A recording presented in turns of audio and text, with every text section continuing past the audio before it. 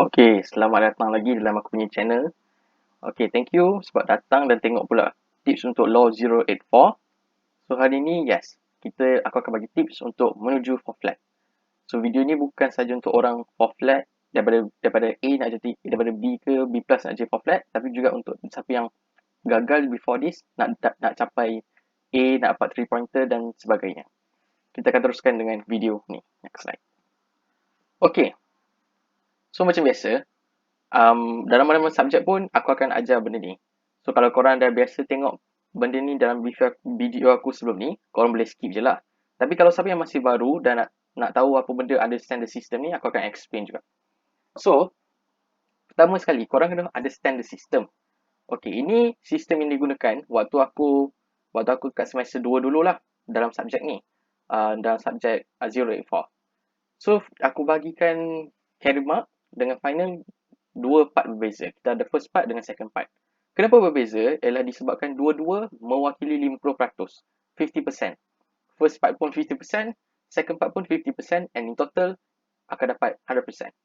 Okay. So, first kali waktu zaman aku, okay, aku tak sure lah kalau korang still kena buat mock government. Kalau korang still kena buat mock government, baguslah kan. So, lebih kurang sama lah kita punya content. Kau boleh faham lah apa yang aku maksudkan. So, waktu kita untuk presentation, kita tak ada presentation biasa. Kita kena buat a mock government. Apakah mock government tu? Mock government tu aku explain sikit. Is like, korang kena, contoh lah, tajuk dia demokrasi kan. So, aku kena buat contoh government yang demokrasi punya government. Aku ingat waktu aku dapat, ni. Apa waktu aku dapat ni, monarki, yes. Aku dapat monarki waktu zaman aku. Dan kita kena lakukan lah macam mana monarki is formed daripada bawah sampai ke atas. Sampailah raja ditabalkan. So memang best waktu tu. Nanti aku akan upload video macam for my presentation lah. Adalah sikit video yang aku boleh upload. Okay, then we have our case analysis. Case analysis 50 marks. Mudah je case analysis ni. Lecturer bagi tajuk. Kau kena cari case 2-3 and then korang kena buat assignment lah. Buat dalam paper 50% and then the test 20% and final. So next slide. Okay, so sekarang aku nak beritahu pasal calculation. Kalau korang dah biasa tengok video aku, korang mesti dah tahulah apa benda calculation ni. Tapi kalau baru, aku akan explain balik again. So calculation ni is simple. Kita assumekan apa target kita yang kita nak untuk subjek ni. Kalau korang tengok carry mark sebenarnya is very important. Sebab carry mark tu dia memberi jumlah markah 50% daripada total mark score untuk subjek ni. So the easiest way is to score dekat carry marks. Kenapa? Sebab carry marks, okay, aku explain Macam test selalunya waktu tutor lecturer dah bagi hint sikit dan selalunya waktu test pun tak banyak topik pun yang keluar. Aku ingat waktu aku mid-sem punya test, topik yang keluar 2 topik je. Government, system, ni sejarah sikit and system of government tau. And it's very simple, it's not simple, but it's a little bit easier lah as compared to final. Sebab final akan keluar satu buku. Kalau test, keluar 2 topik je. So, senang lah sikit. So, kita assume kau akan dapat target untuk test at least minimum adalah 15 markah. Okay, then kita punya presentation ataupun mock government akulah. Untuk mock government aku targetkan markah aku is 13 marks over 15. So, aku rasa it's achievable kalau korang betul-betul put effort into your presentation. Nanti aku akan explain lebih untuk presentation dekat next slide. And then we have our case analysis. Case analysis ni more on research. Korang kena buat research banyak sikit lah untuk cari case dan sebagainya. Tapi when you dah dapat case tu, kalau boleh baca case tu betul-betul daripada page 1 sampai page last and then jawab soalan apa yang lecturer bagi tu. Macam waktu aku dapat case double jeopardy. So, aku cari 3 case dengan team aku lah. Kita cari 3 case, seorang satu, and then kita orang baca case tu sampai habis, and then kita orang tulis apa yang kita orang faham pasal case tu. Okay, next.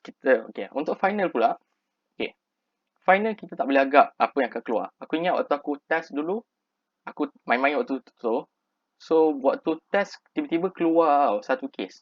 Case pasal negeri Kelantan tau. Lawan Tunku Abdul Rahman, tak silap. So, dalam case tu, lecturer dah bagi tahu dah. Bukanlah lecturer tak bagi tahu, dia dah bagi hint lah. Ada case apa yang akan keluar.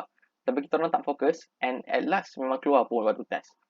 So same goes for final. Kau tak tahu apa yang akan keluar, apa yang kau nak jangka dalam kau punya final. Tapi what you can do is to study and korang boleh target half daripada paper tu. Sebab kau tak tahu apa yang nak keluar. So at least kau boleh buat half. Sebab aku sure mungkin lah paling-paling teruk pun kita as a student kita still boleh hafal benda-benda yang agak simple. Mungkin macam case susah nak ingat kan. So kalau fact kau dah ada tapi kau punya case kau tak berapa kuat, so at least dia half lah daripada the whole subject kan. So satu aku boleh macam boleh jangka half daripada marks daripada final aku boleh capai. Same goes to you. Korang pun insya-Allah boleh capai. So kalau korang boleh dapat half daripada, bayangkan paper final 100%, korang capai half daripada tu, korang dah capai. Mungkin 60 markah ke, so korang 60 markah untuk paper, tapi untuk in percent 25% lah kan. So kalau korang dapat 25% is more than enough. Kenapa? Okay, kita tengok yang ketiga pula. Yang ni. Okay, sekarang ni, markah kau, markah carry mark ni 40. Okay. And then, final kau half daripada paper kau. Katalah, kita assumekan half daripada paper kau semua salah tau. Semua salah, half. Half je betul. Okay, so kau dapat 25 marks. And then, 40 plus 25 is equivalent to 65. Okay, ini 65 marks. Cuba kalau korang tengok dekat ni, jadual kita ni, 65 kat mana? Sini, B. Berapa grade value dia? Grade value dia is 3 tau. Katakanlah kau score every subject 3 darab dengan credit hours, bahagi dengan total credit hours. So kau punya final pointer untuk GPA would be 3 juga. Aku dah kira, okay? So jangan risau. Memang angka dia akan 3. Kalau kau ada 2 something, angka dia akan jadi susah sikit lah.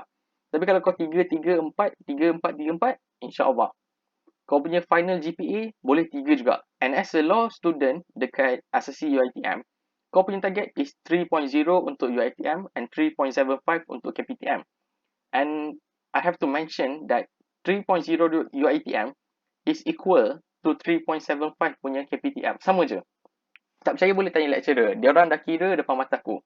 Memang sama je sebab beza dia, KPTM dia ambil 3 subjek terbaik and UiTM dia ambil semua subjek. That's why in UiTM, korang kena fokus semua subjek. Korang tak boleh ambil mudah lah subjek lain. And especially subjek law macam ni lah. Sebab credit hours dia tinggi. So you have to really focus dekat subjek macam ni. Okay. So kalau korang dah score 40 markah carry mark tinggi dan final korang rendah, korang still boleh dapat 3.0 tau untuk final grade untuk subjek ni. So itu agak bagus lah sebenarnya. 3 sangat bagus lah bagi aku untuk subjek ni supaya GPA kau cantik. So nampak tak? So sekarang kalau kau fokus dekat carry mark, so kau dah tak perlu fokus sangat dekat final. Okay, maksud aku janganlah tak belajar final langsung, okay? Maksud aku adalah, aku ada kawan-kawan yang macam kata kat aku kan, carry mark ni tak payah, main-main je. Presentation buat macam halal-balai apa semua kan. So bila dia punya carry mark dia rendah, dia akan hadapi masalah. Sebab nanti final dia macam kena study betul-betul lah. And usually mindset dia orang macam tu pun. Dia orang selalu cakap macam, oh carry mark main-main, nanti final kita akan bantai sampai bulan kan. Tapi susah sebab final kau tak tahu apa nak keluar. At least untuk carry mark kau dah tahu test apa nak keluar, mock government, presentation apa nak kena buat, case analysis. Soalan dah dapat, tinggal nak buat je. So kau dah ada overview apa yang kau kena buat. Lagi senang lah as compared to final. Final kau tak tahu soalan apa yang keluar.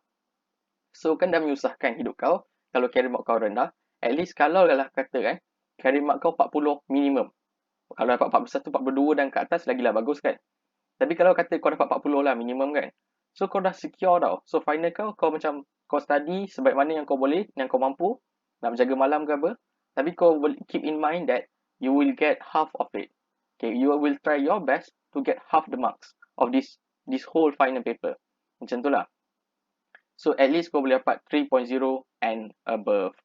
Tapi insyaAllah lah aku doa-doa siapa yang tengok video ni akan dapat lebih lah untuk final dia, lebih daripada half. But this is our assumption and usually it's true. Memang boleh ikut. Okay, next slide. Okay, ni my suggestion untuk this subject. This particular subject lah. Korang mungkin tak boleh guna these tips untuk subjek lain. Untuk this particular subject, this is my tips and my suggestion. First, kenapa aku letak benda ni first? Iaitu try fahamkan politik. Kalau eloknya politik Malaysia dulu, and then kalau korang rasa kau macam agak mahir dengan politik Malaysia, cuba-cubalah tengok politik luar negara yang sistem dia agak berbeza dengan kita. Contohnya, kenapa aku nak suruh korang fahamkan politik? Sebab aku sendiri, aku boleh kata aku minat politik lah. Aku suka baca, tapi aku tak side mana-mana parti pun. Aku just suka baca news, benda-benda terkini. I can spend hours watching parliament punya proceeding. So, bila aku buat macam tu, it really helps in this subject. It really helps me in this subject lah, in this particular subject. So, bila aku faham politik, aku faham kenapa ada parlimen. And then, kenapa ada ni, kenapa ada tu, kenapa kita ada eksekutif, kenapa kita ada kabinet. Sebab aku sendiri tanya diri sendiri, kenapa ada kabinet, kenapa ada prime minister. So, dulu aku dah tanya question ni long before. So, aku dah tahu lah a few things sikit sana sikit sini. So, bila aku masuk subjek ni, aku tak adalah macam bengong sangat tau. Sebab nanti kau masuk, katalah kau belajar kan, nanti kau macam, oh, elected senator is 70 people kan. So, korang macam, senator tu apa? Betul, nanti ada pula MP, Members of Parliament. Lepas tu tiba-tiba Members of Parliament, tiba-tiba ada kabinet pula. Korang macam confused tau. Tapi kalau korang ada basic politik sikit, aku tak adalah suruh kau join parti mana-mana parti. Bukan, itu bukan maksud aku. Maksudnya korang fahamkan parliamentary system tu tau. Sebab dia akan membantu kau dalam subjek ni. So, selalunya, kalau kau nak tengok video macam, apakah itu parlimen? Boleh juga. Tapi kalau korang macam aku tak minat sangat tengok video macam tu, aku sukalah tengok macam ahli-ahli politik menjerit-jerit kat parlimen tu yang macam, kau ni tu, gaduh-gaduh kan dalam parlimen. So, aku sukalah tengok benda-benda yang kontroversi macam tu. Tapi at the same time, aku dapat faham lah. Oh, dia ni tengah gaduh dengan minister. Kenapa dia minister? Aku boleh kaitkan lah kat situ. Tiba-tiba ada minister yang daripada senator. Siapa punya senator? So that's why politik macam quite important lah to me when it comes to law. Sebab at the end of the day, members of parliament is lawmaker. They make the law. So kalau kita tak faham apa yang diorang buat, dan kita tak nak faham apa diorang buat, so kita ni being ignorant lah bagi aku. So, okay, kenapa luar negara kena faham kat politik dia? Sebab lain negara, lain sistem dia.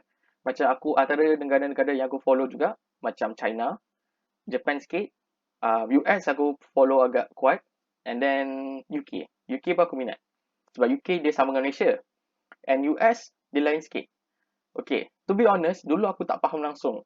Kenapa US ada presiden, macam Indonesia pun kan? Kenapa Indonesia dengan US, dia ada presiden. And then, kenapa lepas tu dia nak ada setiausaha negara dan sebagainya, ada banyak benda lah, homeland security lah, apalah itulah kan. So mula-mula aku tak faham, tapi aku macam try untuk faham, tapi still tak faham before this bila aku tengok politik. Tapi bila aku masuk subjek ni, itu yang menyebabkan aku lebih minat dengan subjek ni. Sebab subjek ni memberikan kefahaman kepada aku kenapa ada presiden. Sistem presiden sebenarnya adalah sistem yang sangat baik juga. Aku boleh explain sikit lah. Sistem presiden di-elect oleh rakyat. Macam kita pilih members of parliament yang pilih prime minister.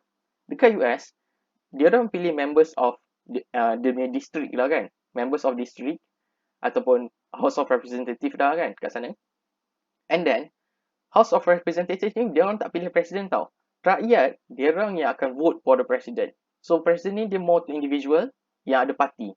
So, dia akan bertanding lah atas mana-mana parti, and then rakyat yang akan vote for them.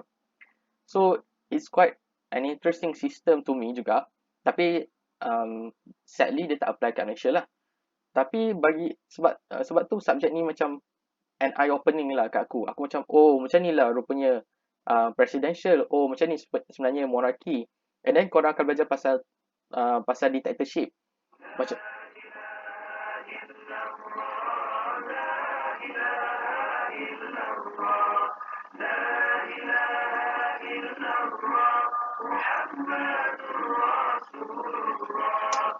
nampak tak? Ada keislaman sikit, tapi tak apa. Okay. So, dekat US, korang akan belajar juga pasal dictatorship. So, dictatorship ni dia akan start daripada coup d'etat. Coup d'etat tu apa benda? Nanti korang akan belajar lah lebih lanjut dalam subjek ni. Very, very, very, very interesting. Korang akan terbuka minda korang. That's why korang kena faham politik. Sebab secara tak langsung benda tu adalah kan. Even korang dalam sekolah, dalam universiti pun ada politik dalaman dan whatsoever. So it's good to know something lah. Kedua, korang kena kuatkan cinta pada negara. Subjek ni first chapter dah sejarah. And in this subject, sejarah dia bukan macam sejarah form 5 dulu yang korang kena tahu pasal semua Melayu Union and whatsoever. Yes, korang kena tahu pasal Melayu Union dan sebagainya. Tapi the key thing is, korang kena tahu kenapa penjajahan tu affects our legal system.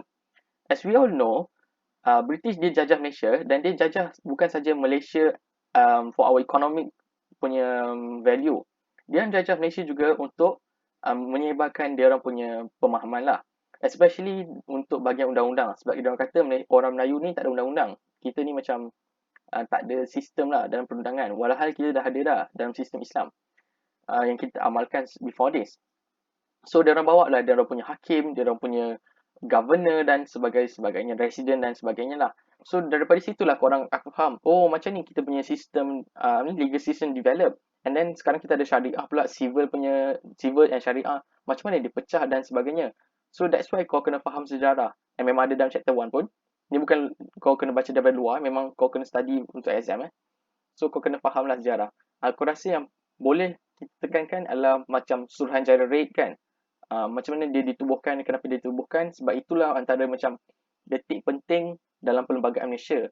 Dia orang bukan mengubah, dia orang mendraftkan kita punya constitution. Okay. And then rajinkan baca cases Malaysia. Cases Malaysia, to be honest, is very interesting juga sebenarnya. Contoh kes-kes yang macam penting, kes Lina Joy, kes Nordin Saleh, kes apa lagi yang best? Juzaili bin Muhammad Khamis. Kes-kes ataupun macam kes-kes yang macam Malaysia ni nampak je macam tak best kan. Tapi sebenarnya kes-kes ni senang sikit lah. Sebab dia punya judgement dia tak menggunakan bahasa yang terlalu tinggi, senang nak faham. Bahasa Inggeris dia mudah. Kadang-kadang judgement dia orang pun dalam bahasa Melayu. So akan memudahkan kehidupan kau dah sebenarnya. Kalau tak percaya kau bacalah kes-kes kat UK. Memang pecah kepala kau sebab macam bahasa dia tinggi gila tau. Dan dia pula apply the same principle tapi different procedural kot aku rasa. Dia punya bahasa jargon dia agak berbeza. So rajinkanlah baca kes Malaysia. Tak baca full case pun tak apa. Kau baca je. Kau baca news pun sebenarnya dah cukup bagus. Kadang-kadang macam Star ke apa kan, dia orang cover kes Lina Joy kan. Tak pun kes Nordin Saleh ke, kau boleh baca kat mana-mana website. And then macam kau, oh macam ni lah dia. And then so senang kau nak tulis dalam kau punya jawapan nanti. Sebab macam test kita orang hari tu pun keluar kes Kerajaan Negeri Kelantan lawan dengan Kerajaan Malaysia lah. So aku ada buat side reading sikit lah, check buat research sikit, tapi tak ada banyak. And then tanya je lah kawan-kawan, kalau dia dah buat research, tanya dia, apa yang kau baca, kita tukar-tukar lah info macam tu lah. And then consult with lecturer all the time. Ini one of the important notes lah untuk korang. Tolonglah consult lecturer. Lecturer tu dibayar gaji untuk bantu korang. Kalau korang tak menggunakan dia dengan baik, lecturer dengan baik, korang membazir duit korang yang korang dah bayar. Walaupun murah masuk JITM, tapi korang gunalah duit korang tu sebaik-baiknya. Dan korang kena faham, kita ni orang Malaysia ada kesopanan dan kesusilaan rukun negara So bila kita ada kesopanan dan kesusilaan, janganlah main terjah je lecturer. Kalau korang nak buat consultation, buatlah appointment. Lepas kelas ke apa, pergi jumpa lecturer, tanya, Madam, lepas ni Madam free ke? Boleh tak saya nak buat consultation? Nanti Madam pun macam, okay, jumpa saya kat bilik pukul 5. Ataupun dia macam, okay, sekarang saya tengah free, jomlah buat consultation. Okay. And then bila pergi consultation, jangan datang tangan kosong. Bawa lah sesuatu. Janganlah kau bawa hadiah. Maksud aku, jangan tangan kosong tu adalah, kau janganlah mengharapkan dia suap apa yang korang nak. Kau kena macam draft, kau macam dah buat outline ke draft sikit apa yang korang nak, idea kau. And then tunjuk kat lecturer. Okay, kami nak buat macam ni. Lecturer okay tak? Madam okay tak? Nanti madam macam, yang ni okay, tapi yang ini awak kena betulkan. So, nampak tak? Dari dekat situlah consultation tu penting. Ataupun kalau kau buat pasir ke apa, kau ada benda nak tahu, benda nak tanya, bolehlah buat consultation dengan lecturer juga. Last sekali, macam dulu aku ada mock government punya presentation. So, make sure your presentation mantap. Even though kalau presentation kau as simple as presenting your slide, kau kena ada something kelainan dalam kau punya presentation. Kau tak boleh macam terlalu kosong. Tapi after all, kau kena consult dengan lecturer dulu lah. Kalau kau ada idea yang pelik-pelik kau nak buat lakonan ke, kau nak buat tarian ke, maybe ikutlah ke kreativiti masing-masing. So kalau kau ada idea-idea menarik, wow factor kat situ, lecturer akan boleh bagi wow factor punya markah sebab kau ada effort yang tinggi. So that's why presentation kena mantap. And ingat, presentation includes dalam carry mark tau. So kalau presentation kau bagus, carry mark kau bagus, kau punya carry mark tinggi, so kau tak payah kau boleh relax sikit lah untuk final. Kau tak perlu nak push final sebab carry mark kau rendah. Macam tu lah. Okay, more suggestion. Try kuatkan ingatan kes dengan berbincang dengan kawan-kawan. So kalau ada kes-kes yang pelik-pelik tu, try lah bersembang dan berbincang dengan kawan-kawan. Seriously, it works. Aku ada kawan aku yang memang dia hardcore budak pandai, student law. Aku suka menggunakan, bukan menggunakan dia, aku suka memanfaatkan dia. Dia budak pandai, dia dah baca macam-macam. Kenapa kau nak biarkan dia pandai seorang-seorang? Kita pun nak pandai kan? So kita jumpa dia, kita tanya dia. And then kalau kita ada input kita juga, kita boleh bagi. It's a discussion and a healthy discussion. So start discuss dengan kawan-kawan. And to be honest, if you want to be a lawyer, korang pun kena ada macam spirit untuk berbincang dan menerima perbezaan pendapat. Itulah antara keseronokan jadi law student. Korang lebih open-minded. Next, korang kena buat past question. Ini memang sangat penting. Tak boleh di-argue lagi. Memang sangat-sangat penting. Adinda yang beli lagi. Yang past question ni sangat-sangat penting. Korang buat past banyak-banyak. And then, sebab bila korang buat past sometimes korang terhafal apa yang korang baca. So, it's good lah.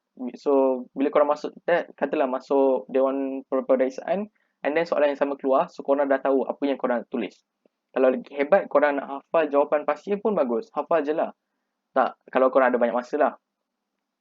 And then, untuk subjek ni, jangan hafal semata. Tapi kena fahamkan. Sebab macam, okay, subjek ni jadi sangat best sebab waktu kita orang pun belajar subjek ni, kerajaan PH naik dan at the same time, kerajaan PH jatuh dalam tahun yang sama tau. Waktu kita orang masuk semester ni. So, aku rasa macam bila aku belajar benda ni, dia macam boleh kait tau dengan keadaan semasa. Aku macam, kenapa kabinet boleh besar? Ingat tak waktu kerajaan Pakatan Nasional, kita ada 4 Menteri Kanan. So, aku macam selalu tanya lecturer. Aku macam tanya lecturer lah kan. Kenapa kita ada Menteri Kanan? Kenapa tak ada Timbalan Menteri? Tak bercanggah dengan perlembagaan dia kan? And madam pun macam explain, dalam perlembagaan ada menteri kepada menteri je, timbalan tak kisah. Kau nak buat 10 orang timbalan menteri pun boleh sebenarnya. Nak semua jadi timbalan Perdana Menteri pun boleh. Asalkan asal ada boleh, tak ada pun boleh. So that's why aku macam seronok bila belajar subjek ni. Dia banyak boleh kait dengan keadaan semasa. Tapi I think kalau korang tak ada penukaran kerajaan dan sebagainya pun, korang boleh try untuk kaitkan dengan keadaan semasa. Sebab politik Malaysia sangat dramatik. Dan ada je perkara baru yang mungkin akan muncul yang kau tak boleh terfikir sebelum ni. So, kau macam fahamkan lah apa yang kau belajar tu dengan keadaan dunia. Kau macam, ini perubahan kerajaan. Inilah. Kalau kena waktu pilihan raya lagi best lah. Kau boleh kaitkan lagi kuat lah. Tapi, boleh je kaitkan dengan keadaan yang pada masa korang. Tak ada masalah. And then, aku suka suggest dekat orang, itu buat pembacaan lebih. Pembacaan lebih ni, sebab kadang-kadang konten dalam buku tu dia agak sikit tau sebenarnya. Sebab nama pun asasi kan, dia akan bagi asas. Tapi lecturer mesti suka kalau student tu dia tahu lebih daripada yang sepatutnya dan tulis lagi dalam paper kan. Maksudnya pemahaman dia tu sangat mendalam. Dan benda ni interesting. So aku rasa korang tak akan rasa bosan sangat bila nak buat research. Sebab mostly benda-benda ni macam seronok bagi aku. So contoh antara benda-benda website yang korang boleh pergi adalah macam website Aslegal. Aslegal ni aku guna daripada waktu aku SPM lagi sampailah aku sekarang habis. Aslegal ni walaupun dia website yang macam kau tak boleh cite dalam kau punya assignment. Kalau kau nak cite je lah. Tapi kadang-kadang kau tak boleh nak cite ke assignment sebab dia macam blog kan. Tapi aku selalu jadikan Aslegal ni as my reference. Ataupun Wikipedia lah. Wikipedia pun bagus. Kau baca je daripada Wikipedia ataupun Aslegal. And then kau carilah, katalah dalam Aslegal tu dia kata kes ni melibatkan, dia bagi nama kes tau. So kau tak payahlah cite dekat Aslegal. Kau cari kes tu kat Google yang betul-betul kes and then cite lah dalam kau punya assignment. Nampak tak? Kau kena bijak tau menggunakan opportunity yang kau ada. So Antara website yang boleh aku boleh aku tunjukkan kat korang adalah satu, Aslegal tu bagus. Ada satu lagi website nama dia Chili Sauce. Tapi tu dia macam banyak sikit, dia cover politik, law dan banyak-banyak lagi lah. Tapi Aslegal ni lebih spesifik memang untuk law student. Aku memang suggest sangat-sangat. And then okay, ada channel aku sendiri, korang boleh tengok lah, Zubli Kuzari. Kau boleh tengok kat YouTube juga ataupun korang boleh cari dekat academia.edu. Okay, kat academia.edu tu aku post aku punya assignment tau. Assignment yang aku dapat waktu SEM 1, SEM 2 dengan kawan-kawan. So kalau ada kesalahan sikit tu mungkin aku buat silap ataupun kawan-kawan aku lah. So not necessarily semua tu aku buat. Itu buat dengan kawan-kawan lah. So mungkin ada kesalahan sana sini tu buat tak tahu je lah. Asalkan korang boleh buat as reference je lah.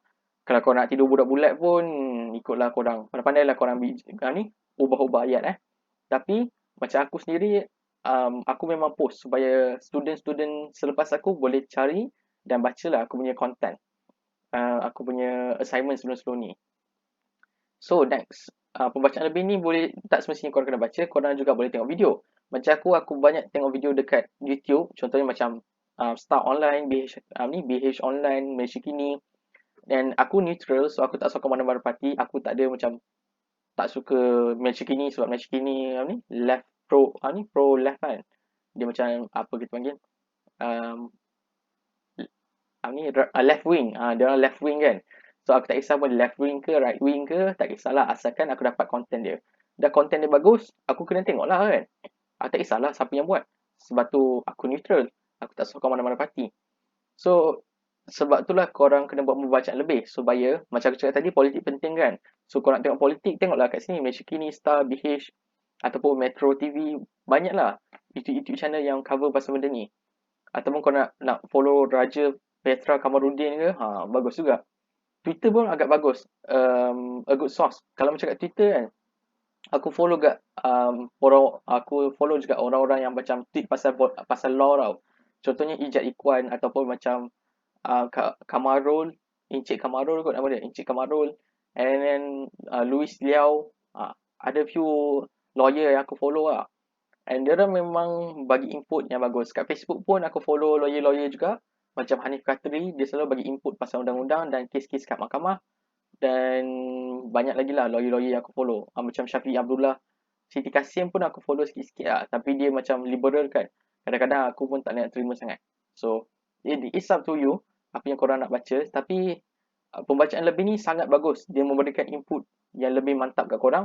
Bukan je untuk subjek ni, untuk masa-masa depan juga. Sebab nanti korang kalau nak jadi law student dekat degree, korang kenalah ada ilmu yang lebih mendalam tentang sesuatu perkara sebelum korang mempelajarinya. Okay. Aku rasa itu je konten aku, yes. Dah habis.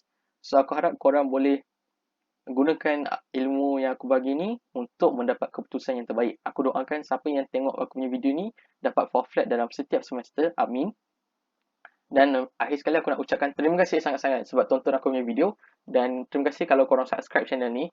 Sebab bila lagi banyak orang subscribe channel ni, YouTube akan suggest aku punya video dekat orang lain tau. So orang lain tu mungkin memerlukan bantuan seperti kau juga. So kalau kau tengok video ni dan kau subscribe, orang lain pun akan ada peluang untuk tengok video aku juga dan memahami pasal ni.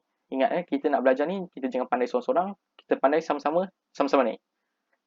So, kalau korang nak suggest kat kawan-kawan pun video ni YouTube channel aku pun boleh. Okay. Anyway, thank you very much and selamat tinggal.